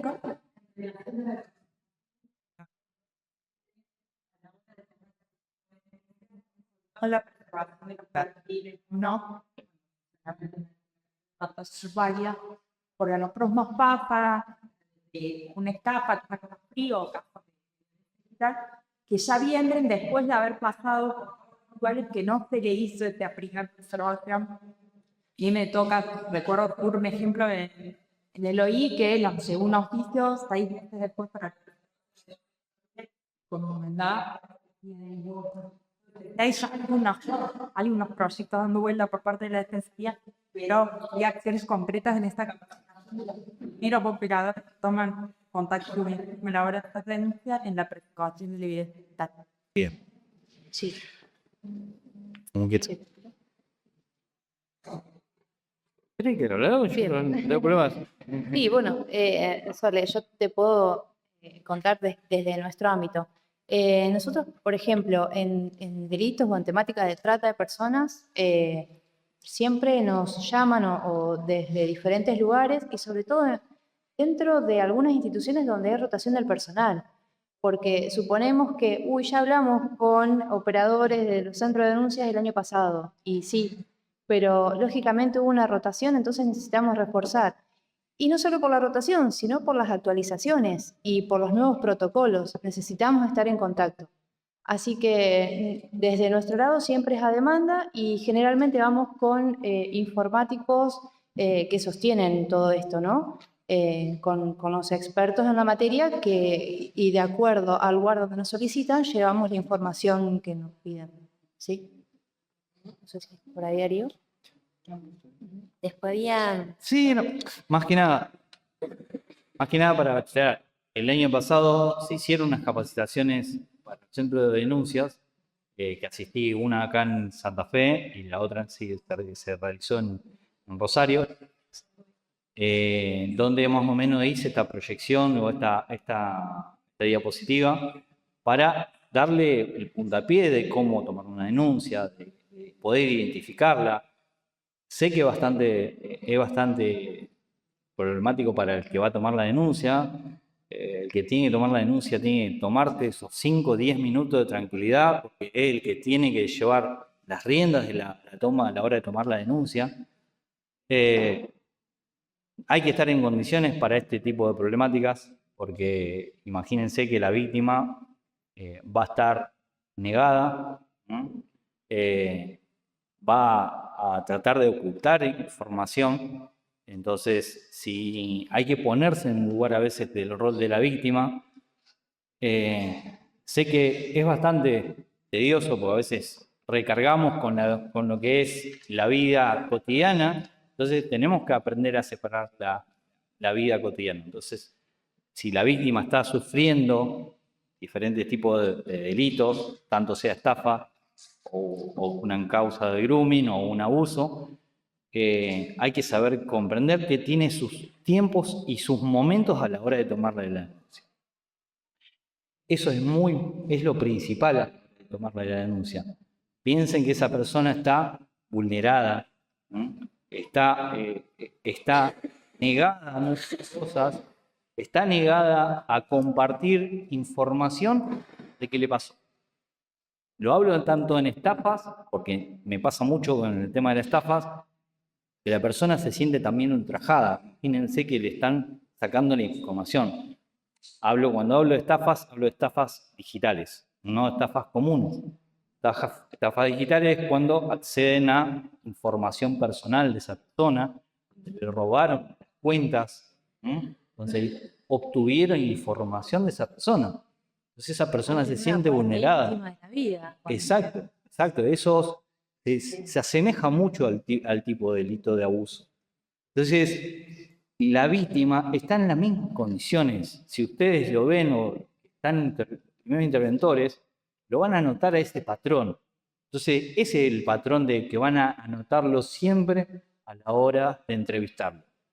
Entonces, a veces es preferible que la víctima la acompañen, esté 5 minutos en un lado, tome un descanso, volver a tomarle después, y después se va a abrir. Cuando entre ese círculo de confianza, se va a abrir y va a brindar información.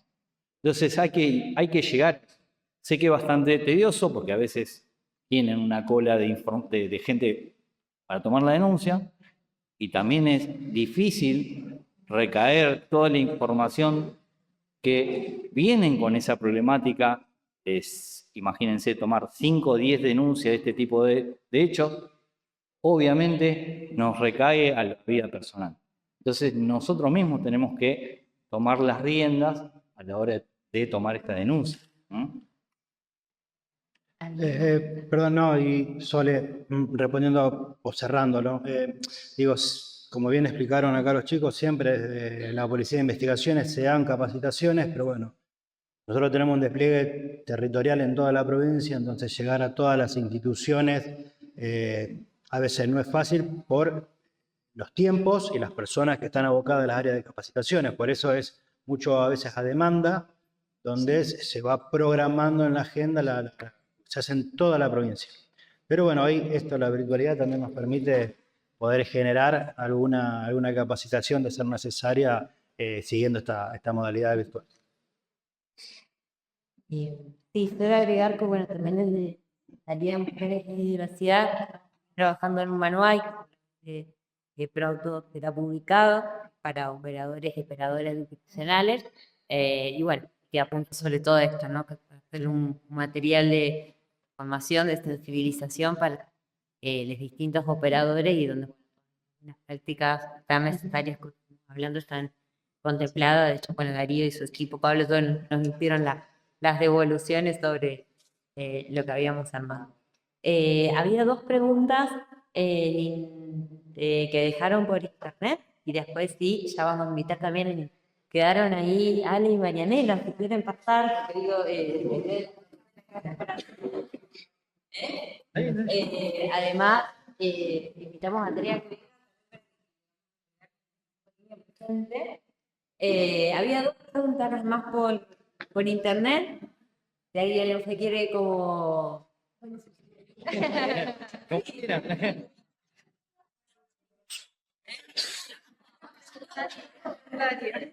Como quieran, no tengo problema.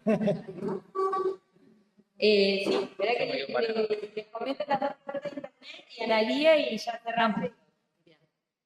Una persona preguntó cuál es el protocolo que se aplicaba en las escuelas al que hicieron mención, y la otra de las preguntas es cómo se puede hacer una constatación notarial con escribano o escribana de publicaciones realizadas en Facebook o en otra plataforma digital. Agrego la de la guía, así de última responden todas. Bueno, buenos días, mi nombre es Analía, yo trabajo en el Instituto de Estadísticas y Censo, en el programa Rubí, que cargo denuncias de violencia hacia mujeres y niñas. Bueno, felicitar a los respondientes de las departamentos y a la Secretaría, y creo que la pregunta me parece que es básicamente para Pablo.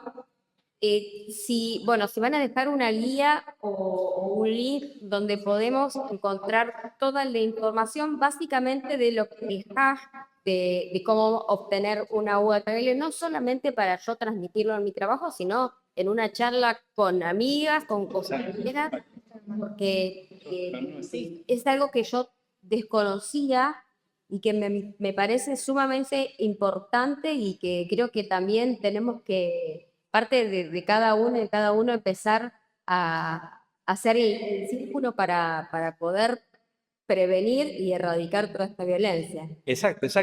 Es lo que estuvimos hablando entre todos, que fue la dinámica, lo nombró creo que Maya en algún momento, a la hora de trabajar el checklist o hacer una lista de trabajo, como lo quieran llamar ustedes, pero es un instructivo de cómo lo van a hacer el trabajo diario. Creo que es necesario para cualquier labor. No todas las denuncias son todas iguales. Estos tipos de delitos son muy similares, ¿no? A la hora de la toma de denuncia y la preservación, que es lo necesario para nosotros, ¿no? Porque es importantísimo eso. Entonces, como ustedes van a ser los primeros interventores, necesitan hacer los primeros tics, ¿no? Que es el CAC, cómo exportarlo, cómo subir, ¿no? Cómo buscar dentro de lo que es identificar cada red social, que ya Maya nos pasó, darle una guía, sería lo ideal. Creo que están en la guía. Bueno, la idea es compartir esa guía y nutrir esa guía. Después va a salir solo. Y ese checklist lo van a poder realizar constantemente y verificar, ¿no? Más o menos.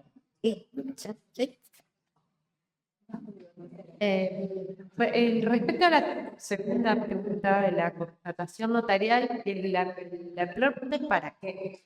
Digamos, no es que no, ¿para qué? Porque en realidad uno hace, en esos casos, es producir pruebas. Busca dar pruebas para proceso judicial, para ir a presentar, para lo que sea. Pero buscar pruebas tiene que ser a través de los carriles correctos. Una constatación notarial de una conversación, no sé, de Instagram puede servir quizás en el fuero civil, pero en el fuero penal no sirve. Nosotros hemos tenido muy viejo, hablo del año 2015, con un sistema muy nuevo, el sistema penal tiene apenas 11 años, y esto lo aclaro porque las faltas y contravenciones que hoy vimos, tipificadas con la ley, están inmersas en el sistema penal. Somos los fiscales y las fiscales quienes investigamos estos casos, tanto delitos como faltas y contravenciones. Si yo le digo a un juez como prueba una constatación notarial, no tiene el mismo valor. No es que no tiene valor, pero nunca va a tener el mismo valor que si lo hace gratuitamente. También es algo importante, y sin dilación, o por lo menos debería ser sin dilación nuestro equipo de trabajo. Que es un poco toda esta parte de acá que ya estuvieron explicando cómo se. Entonces, hacer la denuncia, que eso llegue de inmediato a los equipos de trabajo que puedan preservar la información, es mucho más relevante en términos de prueba penal que si voy a un escribano, lo miro. Después lo tengo que sacar como te insisto, el escribano solamente va a decidir, a mí me mostraron un teléfono, una computadora, donde yo vi una conversación, entonces yo como fiscal le empiezo a preguntar, ¿y de qué? ¿Y quiénes eran las personas involucradas? ¿Y de dónde era el Juancito? ¿Qué URL tenía? Si usted lo preservó, usted pudo contestar que esa cuenta era de la víctima. Cuando te pregunta, que no me va a estar Ramón más, la fiabilidad de esa información va a tener muy poco peso a diferencia de la fiabilidad de la información que pueden traer los técnicos en el marco del proceso penal. Exacto. Eso más que nada, eso pasaba hace muchos años atrás. No, nadie conocía lo que era la evidencia digital, estaba la evidencia digital. Tengo buena voz. Soy de clase.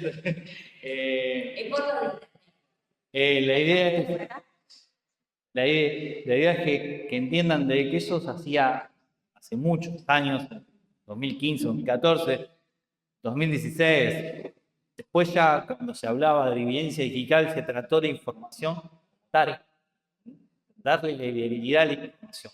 Entonces ahí surgió lo que era el CAR, salió antes, pero bueno, la idea es que acá en el sistema judicial se empezó a implementar en muchos juzgados la evidencia digital, tratarla como adecuadamente.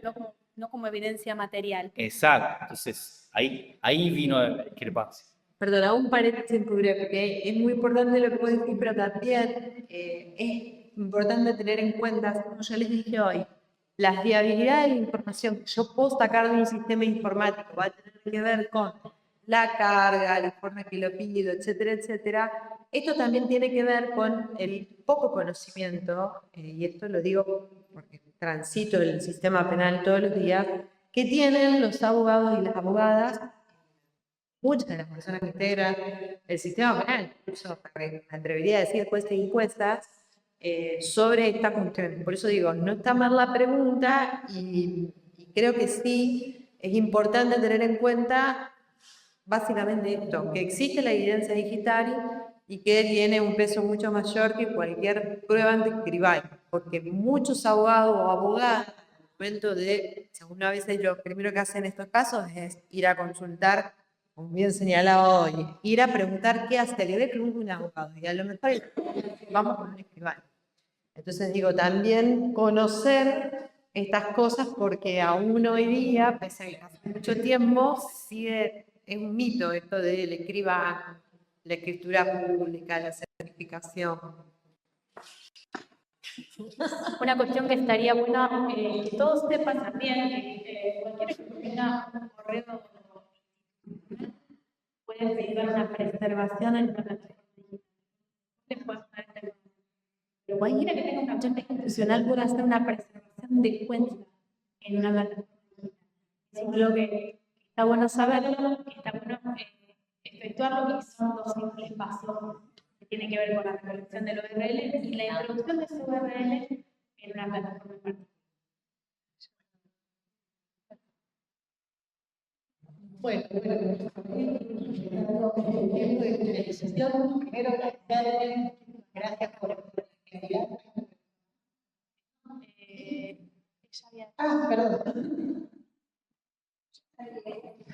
la última, tiene que ser la que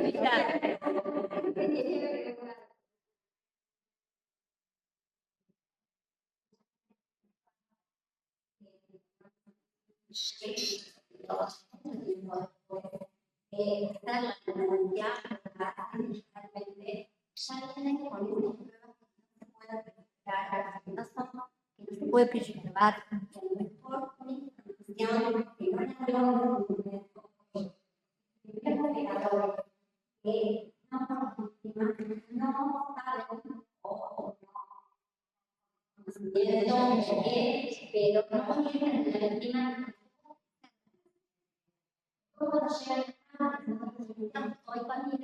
encontramos principalmente te quería preguntar a vos, Vale, ¿y a dónde va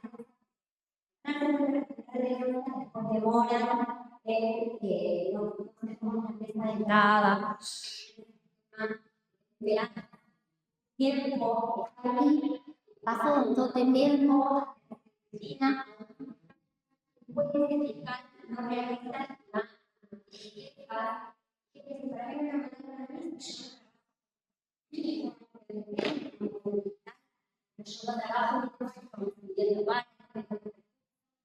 encontramos muchas en Argentina, nosotros no sabemos qué me encontramos. Que la naturaleza ya no tenemos tampoco puede acabar un poco de conocimiento de eso, cómo asesorar esta búsqueda de información.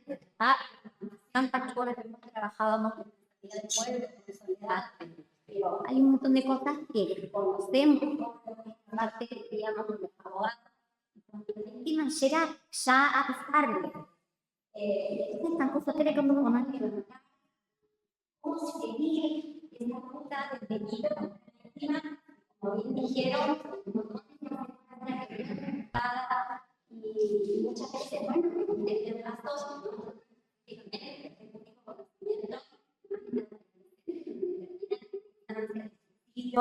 o en casos muy pequeños que mira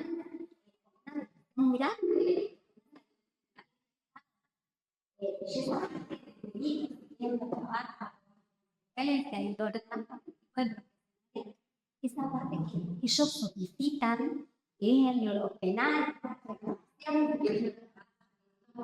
que no van a tener penas ni sanciones no lo hagan una excepción de decir yo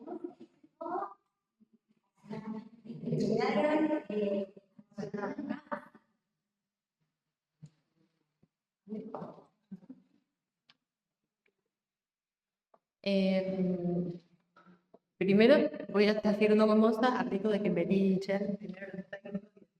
Primero ustedes, después los técnicos.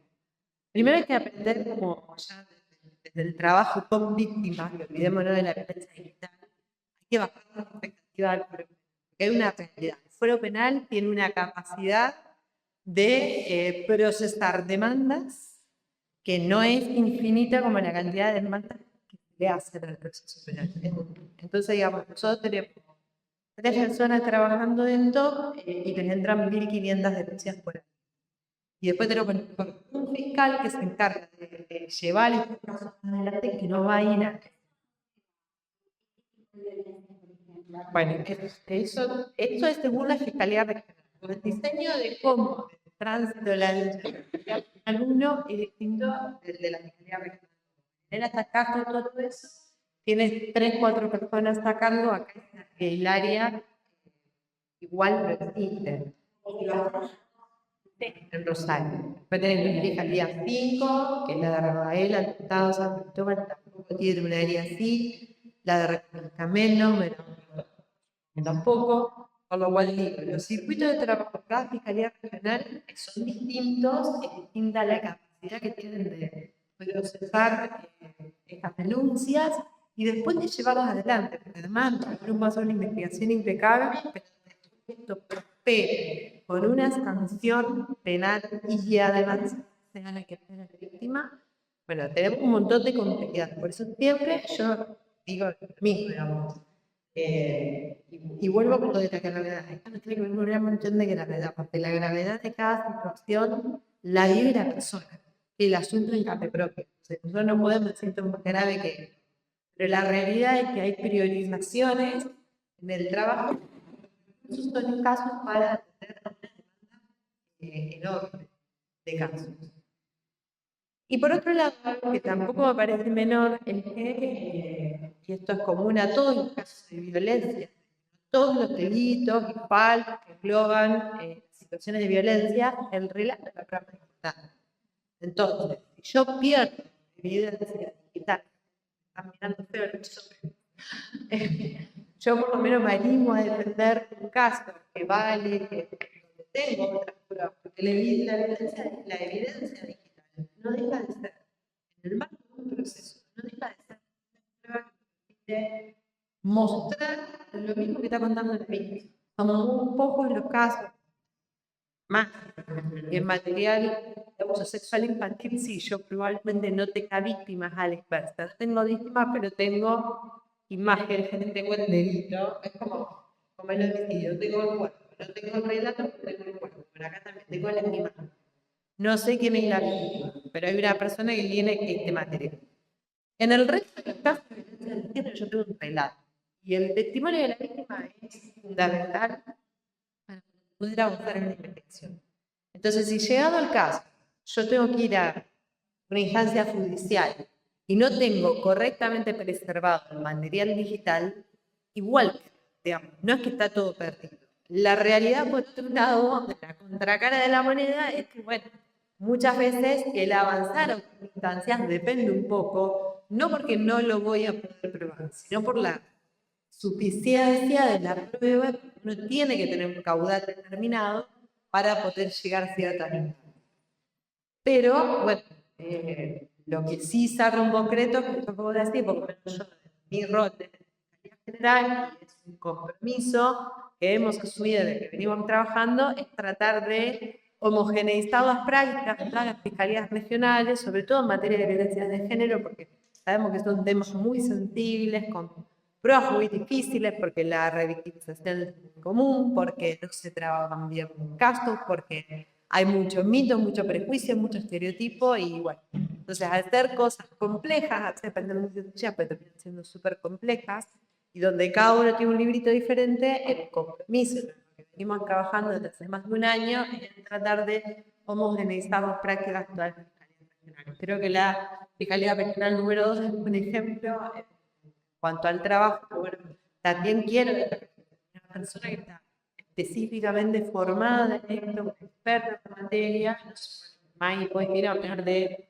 actualmente violencia digital, trabaja más, todo lo que es violencia digital en sentido amplio, por lo cual, digamos, si ustedes van y tienen la experiencia de Rosario y tienen la experiencia de otras regionales, no va a ser.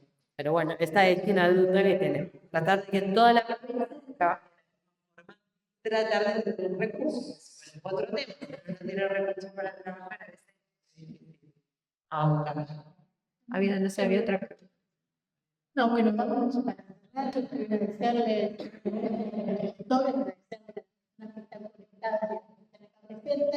decirles que todo el material ir a un drive que se les va a enviar por correo electrónico, escribir, así pueden recibir y tener también los materiales. Así que bueno, nos vemos en 2 semanas, y vamos a dar presente a cada uno de nuestros expositores y muchísimas gracias.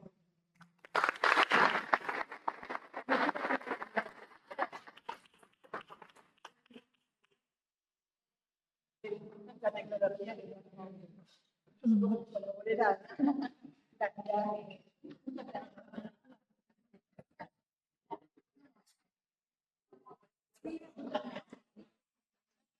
Para mí, muchísimas gracias.